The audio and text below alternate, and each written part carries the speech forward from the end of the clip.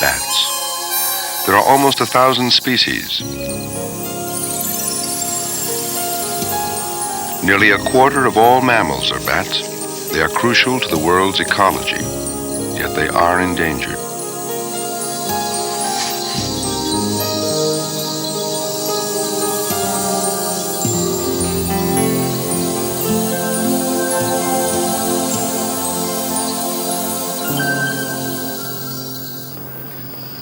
Hello, I'm Stacy Keach, and I'd like you to meet my friend, Zuri. He's a flying fox from Africa. And like most bats, he plays a crucial role in maintaining and protecting the world we live in. Yet, for centuries, Zuri and his kind have been ruthlessly hunted down and destroyed by human beings, driven by ignorance, superstition, and greed. And only now, at the 11th hour, are we coming to understand the vital role that bats play in sustaining life on this planet. And that's due largely to the work of one man. The man is Dr. Merlin Tuttle, a biologist who has dedicated his life to the study and protection of bats around the world. Merlin Tuttle has probably observed more kinds of bats in more places than anyone in history. He founded Bat Conservation International, an organization that has developed programs to protect the bats still left in the world and to encourage their repopulation everywhere. Bats are a passion with Tuttle, and with good reason. Far from being the nightmare creatures of popular myth, bats are vitally important to life on Earth. In the next hour, with the help of some really astonishing slow-motion photography, we will, for the first time, experience some of the surprise, the wonder, the amazing diversity of the secret world of bats.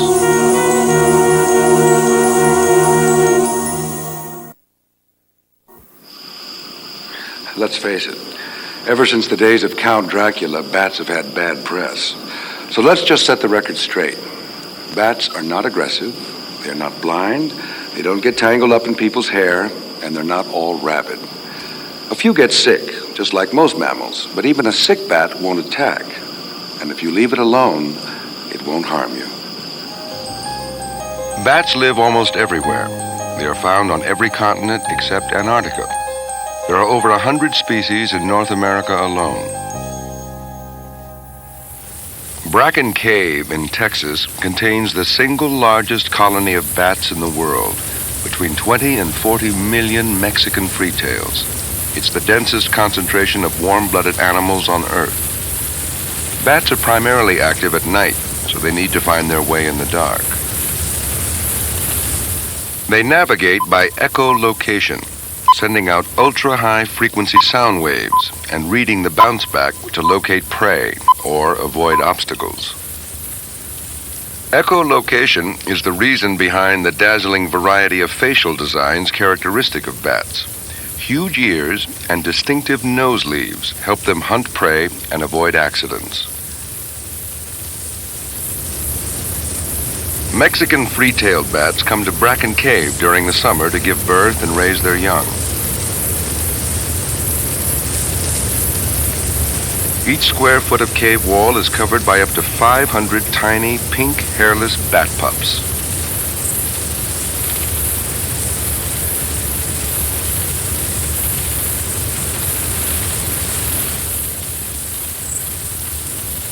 The adults and pups roost separately, forming pink and brown patches on the walls. Female bats give birth to only one baby a year. Each mother, using both sound and smell, is able to find and nurse her single offspring several times a day in total darkness in a 600-foot-long cave. The young are large when born, about a third of adult size, and within 3 to 4 weeks, they're exercising their wings. The floor of the cave is a seething mass of carnivorous beetles. Their first attempt at flight is crucial. Young bats have to leap off into the air in complete darkness, having never flown before, and avoid several collisions a second with other bats. A mistake now could prove fatal. The beetles and their larvae make short work of a bat, and within minutes only a few bones remain. Some 70% of the world's bats eat insects. They are by far the most important natural controllers of night-flying insects. One bat can eat between 500 and 1,000 mosquito-sized insects in a single hour. The 20 million or so occupants of Bracken Cave eat over 250 tons of insects each evening while flying over the surrounding farmland. The California leaf-nosed bat is a highly specialized hunter.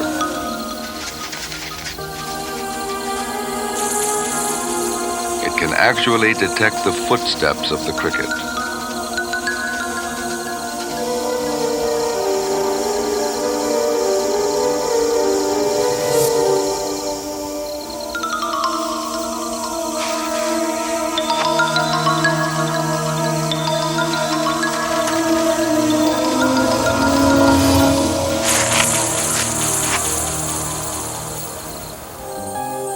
In the deserts of the American Southwest, bats play a vital role in maintaining the fragile ecosystem.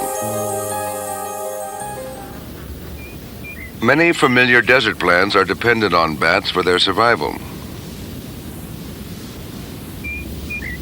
During the day, hummingbirds and insects feed at the flowers of the agave or century plant, but these creatures play a negligible role in the pollination of this plant. By day, the flowers are sexually inactive. The flowers only release pollen after nightfall, and it's now that nectar is secreted. It's this rich source of energy that attracts the bats.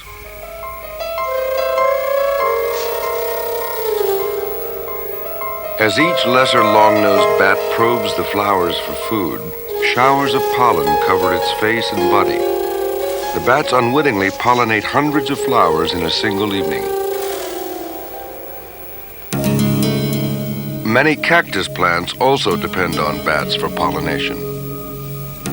Their flowers open after sundown, ready for their nocturnal visitors. When organ pipe cactus flowers open, small groups of bats move from one to the next, taking turns feeding.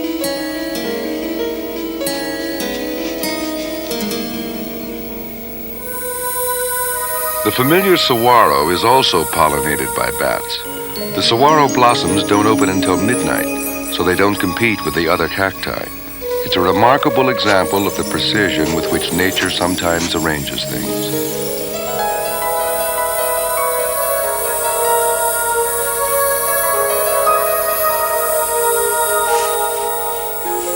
The long-nosed bats have muzzles that are perfectly shaped to fit deep inside the cactus blossoms, like keys in a lock. One by one, the bats dip their heads into the blossoms, and one by one, the saguaro flowers are pollinated.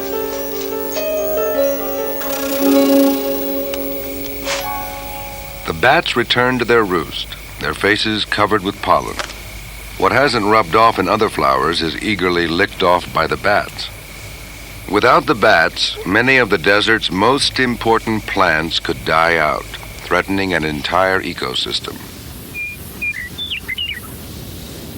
Yet it's not just in this harsh environment that the presence of bats is essential. Around the world, in tropical rainforests, such as those in French Guiana, bats have a crucial role to play. Only recently has it become generally recognized that tropical rainforests are probably the most important ecosystems on Earth. Not only do they serve as the lungs of the planet, but these rich forests are the home of more than 90% of all the terrestrial plant and animal species. The fine balance that exists between them, which took millions of years to develop, can be destroyed in a single afternoon.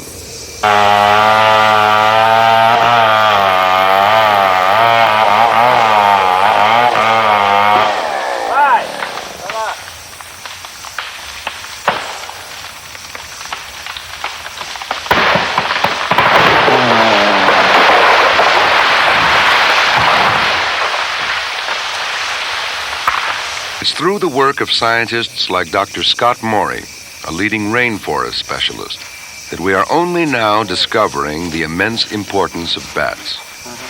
Scott, you've been studying tropical rainforests for some 25 years now. How important are bats to regrowth of forest in a clearing like this? Merlin, bats are vital to the reestablishment of tropical rainforest after large-scale disturbance. 2.5 years ago, we came here, and the only plants in this field were plants whose seeds were brought in by bats. Later on, even today, we can see that the majority of the plants here are bat-dispersed plants. It's important to remember that the conditions for other kinds of plants to come in are first established by these bat-dispersed plants. It's only then that plants that are dispersed by birds, and later on plants that are dispersed by other mammals, such as primates, can become established. We must remember that any conservation program in the tropics must give high priority to the conservation of bats, because if we take bats out of this ecosystem, we cannot have normal regeneration of tropical rainforests. Merlin, look. Here we have 3 different very excellent examples of bat-dispersed plants. Here's the classic, a Cecropia. Here's a Visme in the background. And here's a Solanum in fruit. Look at this Solanum. It has a very classic kind of bat fruit. Let's take a look at this fruit. We'll open it up.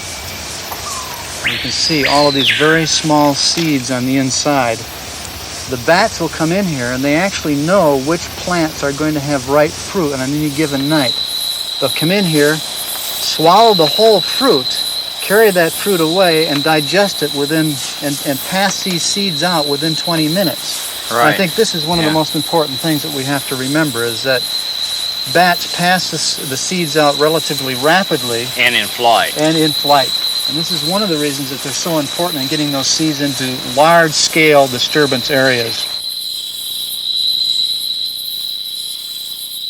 A second species of Solanum holds its ripening fruits vertically, making life a little easier for the bats.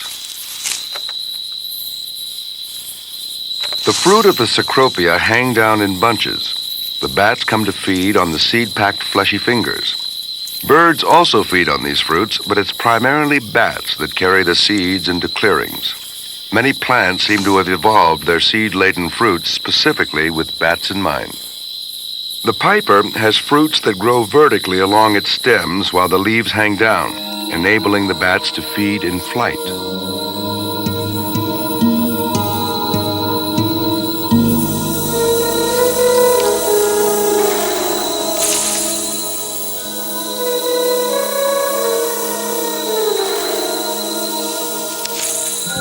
It has been estimated that just one Corollia bat can disperse up to 60,000 seeds in a single night.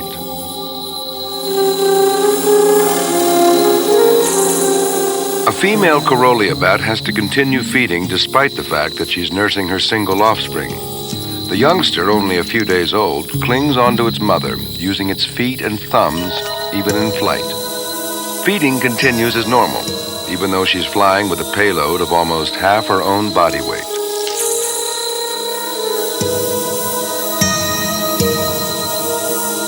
The male has no such encumbrance.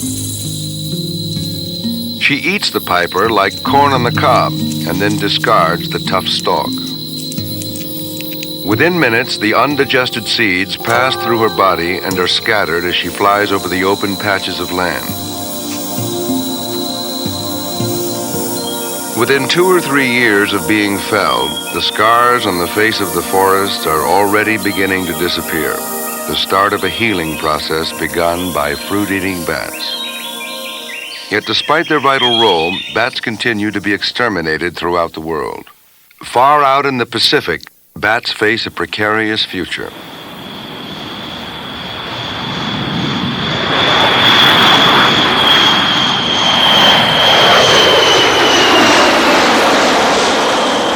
An enormous B-52 thunders into the air as it leaves the tiny island of Guam. There's been an American military presence here since the First World War, but the island was home to fruit bats long before humans ever set foot there. The forests on Guam were originally the habitat of 3 species of bats. 2, sadly, are now extinct. The surviving Mariana's fruit bat has declined in number from many thousands to between 400 and 500. and is now an endangered species. 40% of the island's plants rely on the bats for either pollination or seed dispersal. The bats feed on fruits and flowers. In this case, it's the flowers of a liana. As it feeds, the bat inadvertently pollinates the plant. The principal reason for such a catastrophic decline in bat numbers is due to humans. The bats have been hunted for food. These bats were illegally killed on neighboring islands and were smuggled in to be eaten on Guam, where they are a popular delicacy. The holes in the wing show the bats were killed by shotgun pellets. It's a pitiful sight, and one which marks a serious threat to the ecology of the whole island, because many species of plants have lost their key pollinator or seed disperser. Today, tons of fruit and even the fleshy parts of these liana flowers go uneaten each night. They become food for fruit flies, and as a result, the fruit fly population has exploded. During a recent trip to Guam, Merlin Tuttle investigates the damage with Gary Wiles, a local wildlife biologist. Fruit flies now breed in such enormous quantities that they seriously threaten commercial fruit growing on Guam.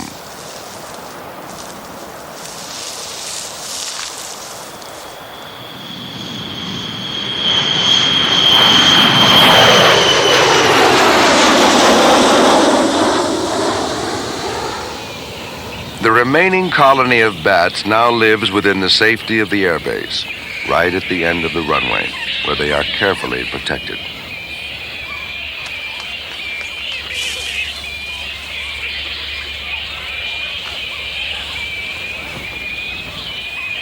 With luck, the Marianas fruit bat will be saved from extinction. But bats are seriously threatened throughout the world. As we shall see, the fight to save these gentle animals must overcome centuries of human ignorance and greed.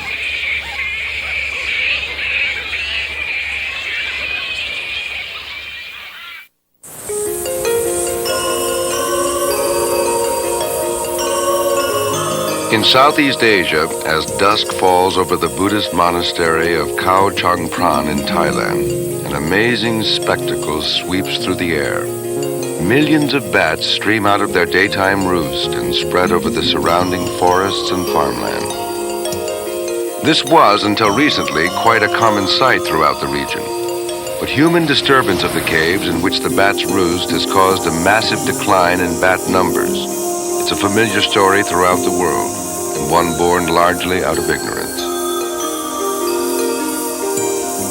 Fortunately, this area is owned by the local monastery, and on the advice of Merlin Tuttle and Bat Conservation International, has been protected for 9 years.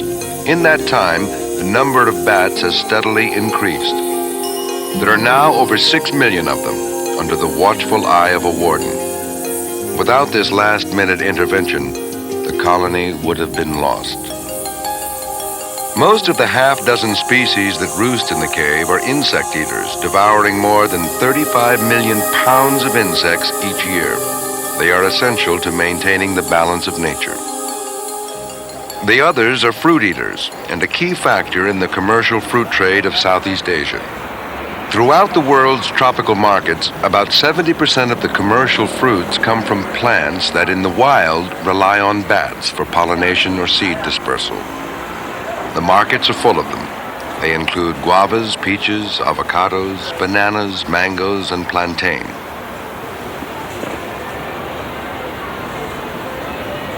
The most important fruit of Southeast Asia in commercial terms is the durian, which adds $120 million a year to local economies. The flowers of the durian begin to open as the sun goes down. As night falls, the flowers produce nectar and pollen, ready for the arrival of the bats.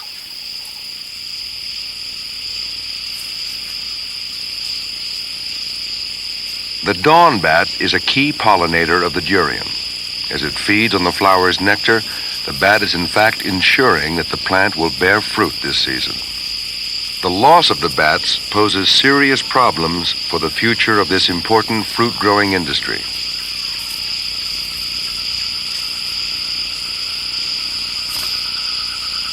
In the wild, bananas also rely on bats. Although commercially grown bananas do not require pollination, wild stocks must be maintained in order to provide the fresh genetic strains needed to keep cultivated varieties healthy.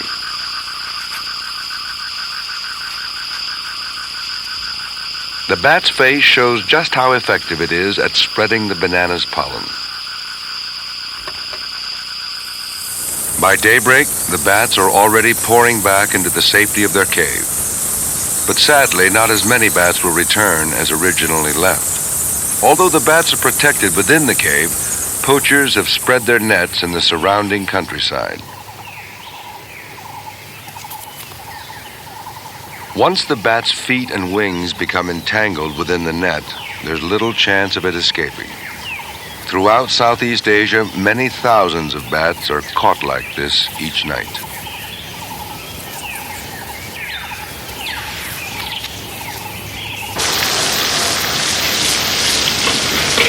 The meager amount of flesh on their bones is in big demand.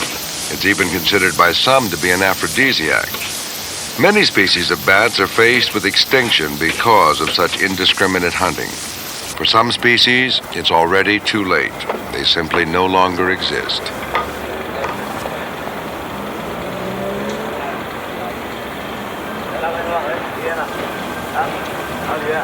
But bats are worth far more alive than dead.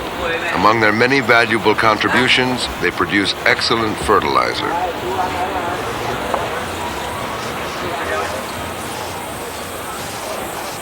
Once a week, the monks permit local villagers to enter certain parts of the cave where high ceilings minimize disturbance to the bats.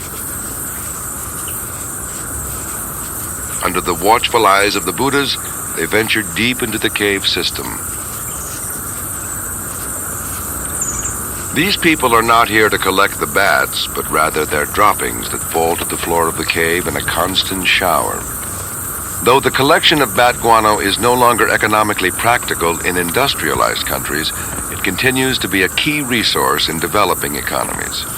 It is an extremely rich fertilizer, and 6 million bats provide an income of almost $100,000 a year for the monastery. The cost of employing a warden to protect the cave is almost insignificant. As the number of bats continues to increase, so does the amount of guano, which in turn increases the income for the monastery. However, this industry is small change when compared to the potential value of other life that requires bat guano for its survival. Countless thousands of unique organisms, from fish and insects to bacteria and fungi, would die without the energy they derive from bat droppings. Just one spoonful may contain up to 1,000 species of bacteria, many of which are of potentially great value in solving human problems. Their usefulness is only now being realized by microbiologists like Bernie Steele. Some bacteria already under study show promise of helping us detoxify industrial waste, improve detergents, even help in the production of gasohol and antibiotics. Elsewhere, the people of Australia are realizing, perhaps in the nick of time, just how critical bats are to the survival of their forests. In New South Wales, these colonies of gray-headed and black flying foxes are only 1/10 of their former population. The reason for their drastic decline is quite simple. They were shot, burned with flamethrowers, and even dynamited to the verge of extinction by local people and farmers who blame them for damaging commercial fruit crops. The fact is that under normal conditions, the bats only eat fruit that is too ripe for commercial harvesting. On average, birds do more damage to crops. But because of popular misconceptions and ignorance, bats got the blame and were massacred. Recently, Merlin Tuttle and Bat Conservation International were instrumental in obtaining legal protection for the flying foxes of New South Wales. Under the wing of the Ku-ring-gai Bat Committee, any orphaned or abandoned youngsters are cared for by a group of women who meet regularly to compare notes. I like Amy. But Mish is better. Oh, that's not so cool. Mish is better. She's great nickname. No. You've had your turn. It's Adam's turn now. He hasn't had a turn and he hasn't had a brush. Over here. Look, she's dying to have a bit of that. No, she This really root. wants that. Really bad. No, Max's are only little ones. You know, they sort of, it comes out about that far. No, this really Yeah. collapsed. There is apple. There is apple There is there. a piece of apple. No, Max, you're not Mummy coming should on, Mummy. no. Max, Mummy says no, one at a time, please. One at a time, please. Foot don't come down. The hand just won't come down. Alright, I haven't lost it. There you You go. might have, You but I have it. didn't. All right, Nothing on the ground. we're going to try apple this time. These flying foxes are not kept as pets. Most will be released back into the wild. The people of Australia are being re-educated about bats. Visitors are encouraged at the Ku-ring-gai Reserve to meet the bats at close quarters and see just how gentle, attractive, and intelligent they are. Seen at this close range, it's easy to understand why some scientists think flying foxes are primates related to monkeys, apes, and humans.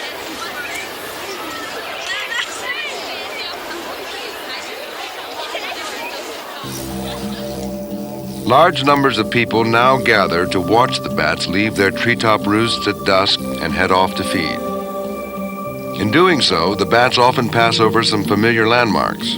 The bats may travel many miles in search of food, and once again they play an important part in the pollination and seed dispersal of many economically valuable plants, including trees such as the ironwood, an important timber tree. Loss of the bats could pose a serious threat to the lumber industry.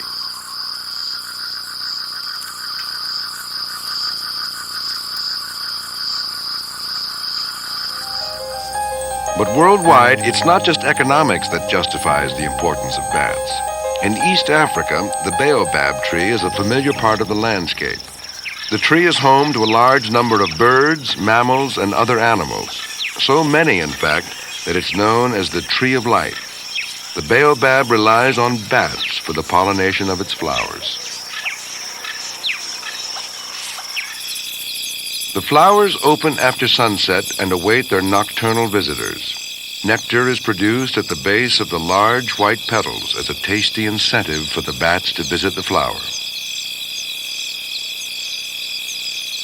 A female epauletted bat lands on the flower to feed. As it moves from nectary to nectary, its underside rubs against the mass of anthers hanging below, and the pollen is carried from flower to flower as the bat feeds. In another tree nearby, a male epauletted bat is performing his courtship display in the hope of attracting a mate. For the moment, she continues to feed. But the male persists.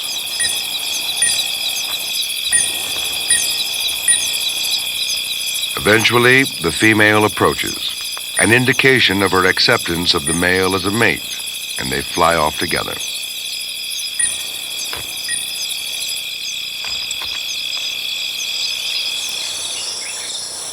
Most of the caves along the coast of Kenya were once important bat roosts. Sadly, many are now threatened. They are jeopardized by increasing numbers of people who disturb and even intentionally kill sleeping bats.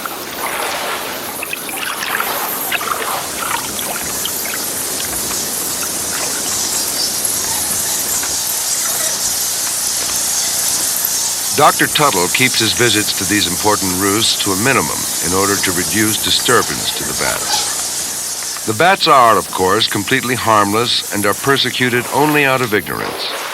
Bats and people can exist side by side in perfect harmony, provided the bats are left in peace.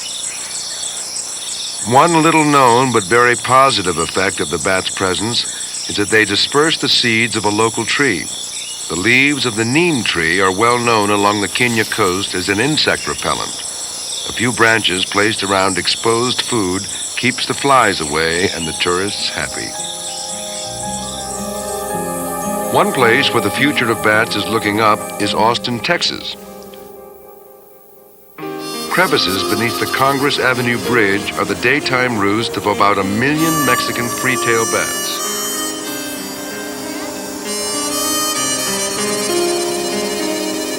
A few years ago, people feared the bats and petitioned city officials to get rid of them. But at the time, Bat Conservation International was moving its headquarters to Austin, and And through their efforts, public opinion gradually changed, and the bats are now appreciated and regarded as a tourist attraction. Large numbers of people gather on summer evenings to watch the bats emerge. The bats eat 15 to 30,000 pounds of insects nightly, controlling pests throughout the area. As far as the people of Austin are concerned, the bats are there to stay.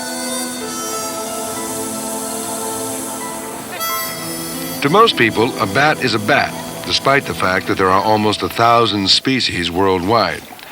But it's the wide variety of different kinds of bats that Merlin Tuttle finds endlessly fascinating.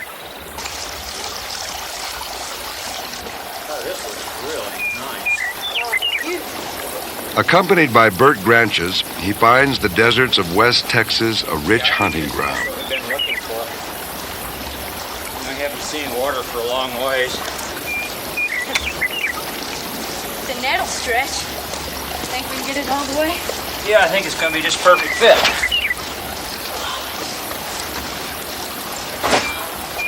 That's See, we can put a net right across there, and the bats will probably come through this way. yeah, good.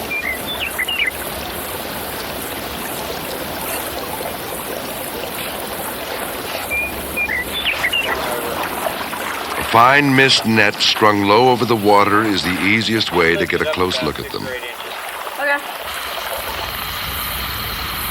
So bad.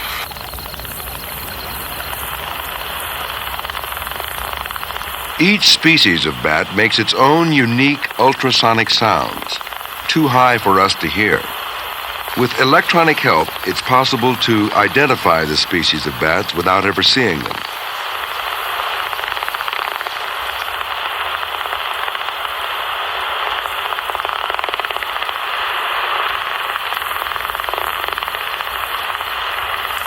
It's in the net.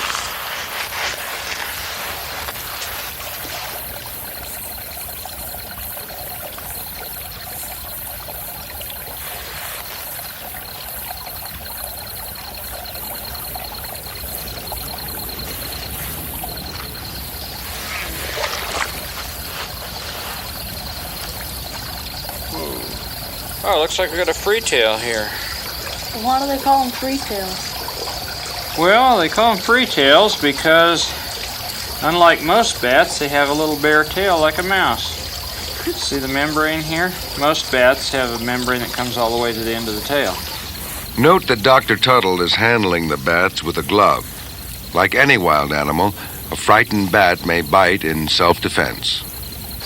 Oh, this is a big freetail bat. This is several times larger than the Mexican freetail bat that we just caught. In fact, these are quite rarely seen. In all, there are 8 or 9 species feeding or drinking in this small area.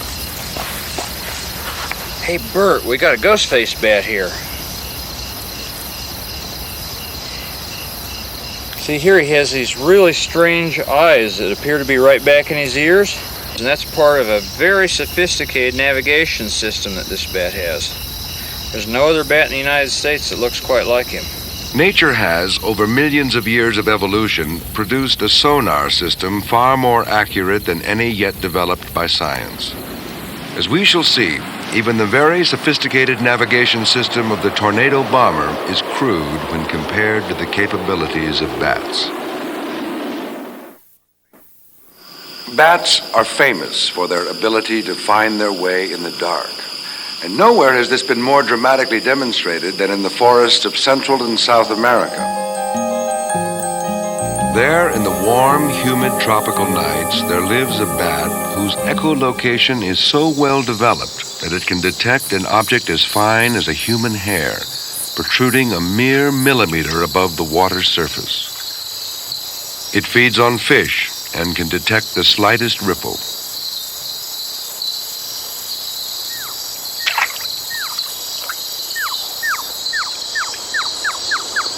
Its sonic pulses have been slowed down 60 times so that we can hear them.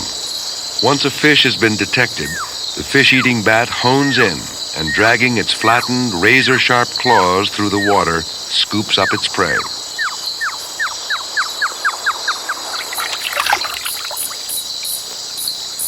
It seldom misses.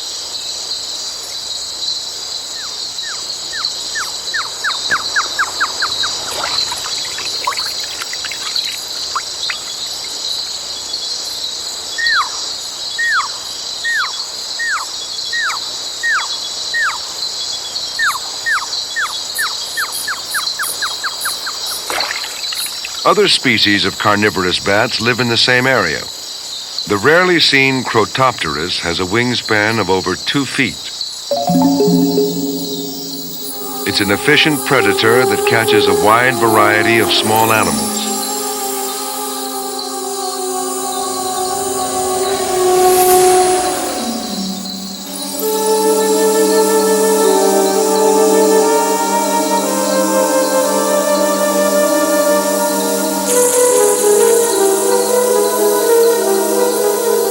The bat returns to a favorite perch with its prey.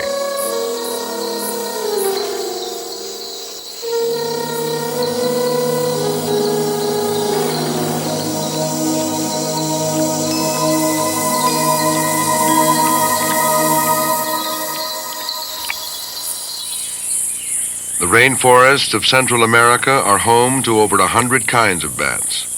Caves here are rare, so many species roost in hollow trees.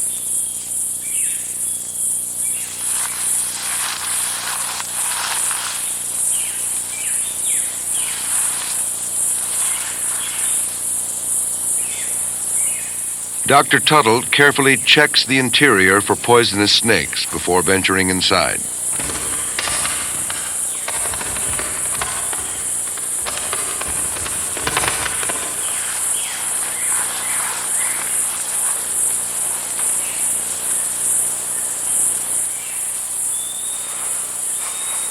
Several species of bats have taken up residence in the tree, such as the nectar-feeding Glossophaga. Nearby hang 1 or 2 Carolia bats, a species we've already seen feeding in the rainforest.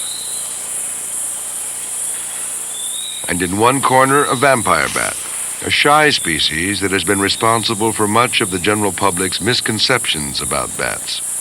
This bat feeds exclusively on the blood of other mammals and birds, especially domestic ones on nearby farms.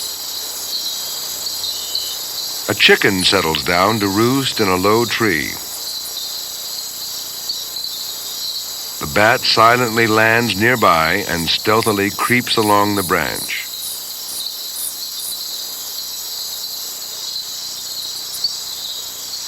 Heat detectors around its nose tell the bat where the blood vessels are closest to the surface. Licking softens up the skin while the chicken continues to sleep. One small bite, and the bat can settle down to feed. An anticoagulant in the bat's saliva helps the blood to flow freely. This is a far more effective anticoagulant than any currently being used in the treatment of heart patients, and medical researchers are trying to isolate and synthesize it. Even the vampire bat may prove of considerable value someday.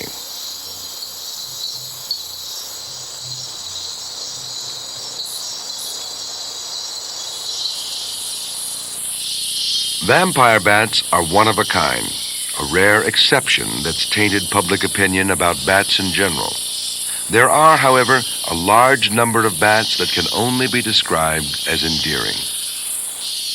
Clustered beneath a leaf in a Costa Rican forest huddles a group of tiny white tent-making bats. They make a home for themselves by chewing along the midrib of a heliconia, or similar leaf, so that the 2 halves hang down, making a very effective tent that shelters them from the frequent rains.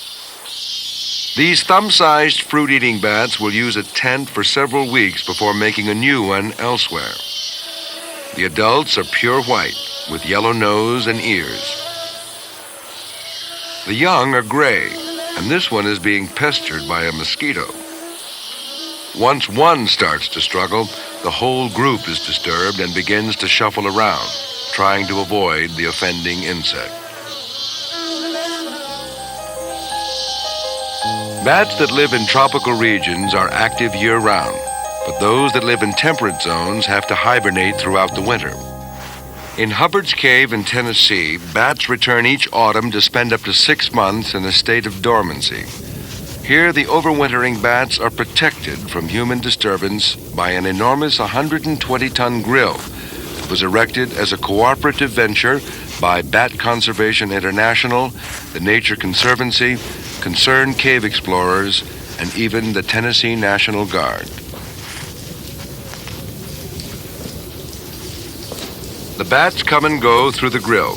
The public is allowed into the cave during the summer when the bats are gone. During the winter, no one is allowed in, except once every 2 or 3 years when scientists must check on the bats. Hubbard's Cave is one of the 3 most important bat hibernating sites known in the world. In all, 7 or 8 species spend the winter here. Thousands of endangered gray bats encrust the ceiling, living on reserves of fat built up prior to hibernation. The bats wake up at the slightest disturbance, and if this happens too often, they use up their energy supplies. As a result, before the arrival of spring, the bats simply run out of fuel and die.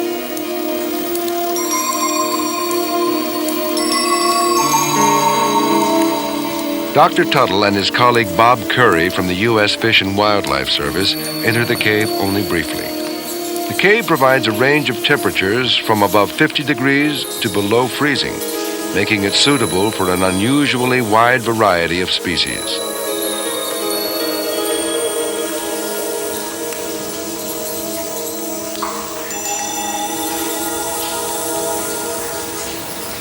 The body temperature of this big brown bat falls to that of its surroundings. The bat's heartbeat slows dramatically, and its blood barely moves through its veins. The probe reads just over 30 degrees Fahrenheit. The bat is actually surviving below the freezing point.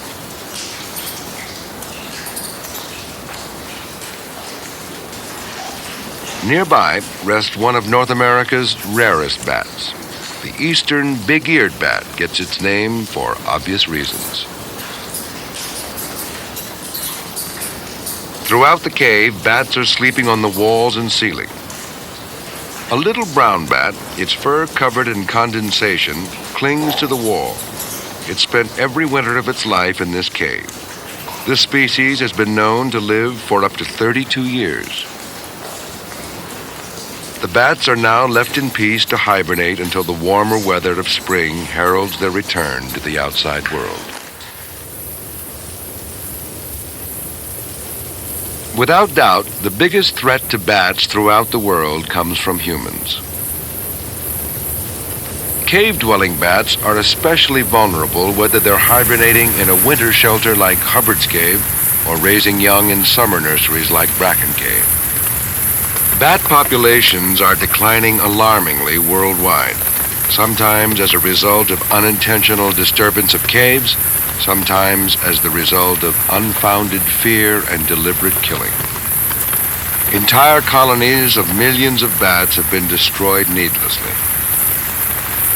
Bats have always had natural enemies, such as the coachwhip snake.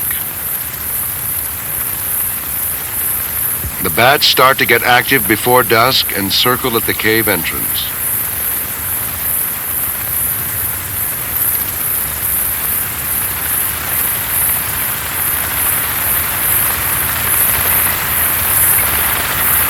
All the snake has to do is hang over the entrance and wait for a wing to touch its mouth.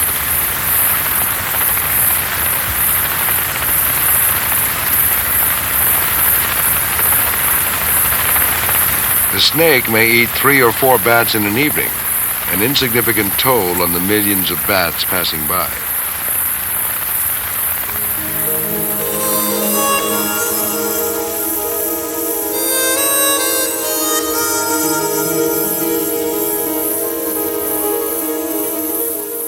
It may take hours for all the bats to leave.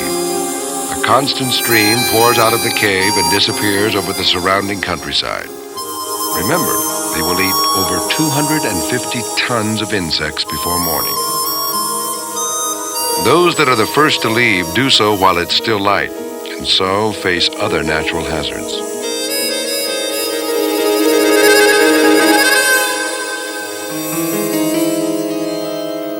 Red-tailed hawks patrol above the cave entrance and pick off the bats as they emerge. But again, the effect they have on the population is negligible. The real problem is the human species. Can we learn to curb our destructive nature in time?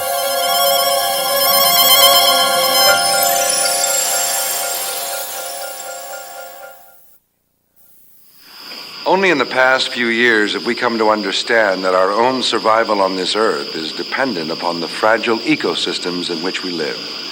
And in the past hour, we have seen that the survival of those ecosystems is dependent in no small part upon bats.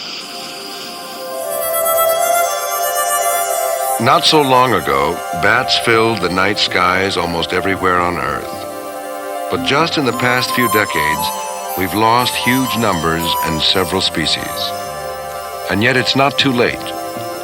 We've seen how, through organizations like Bat Conservation International, even a last-minute act of conservation can begin to restore bat populations. Their survival depends on us, and our survival may well depend on them. It's as simple as that.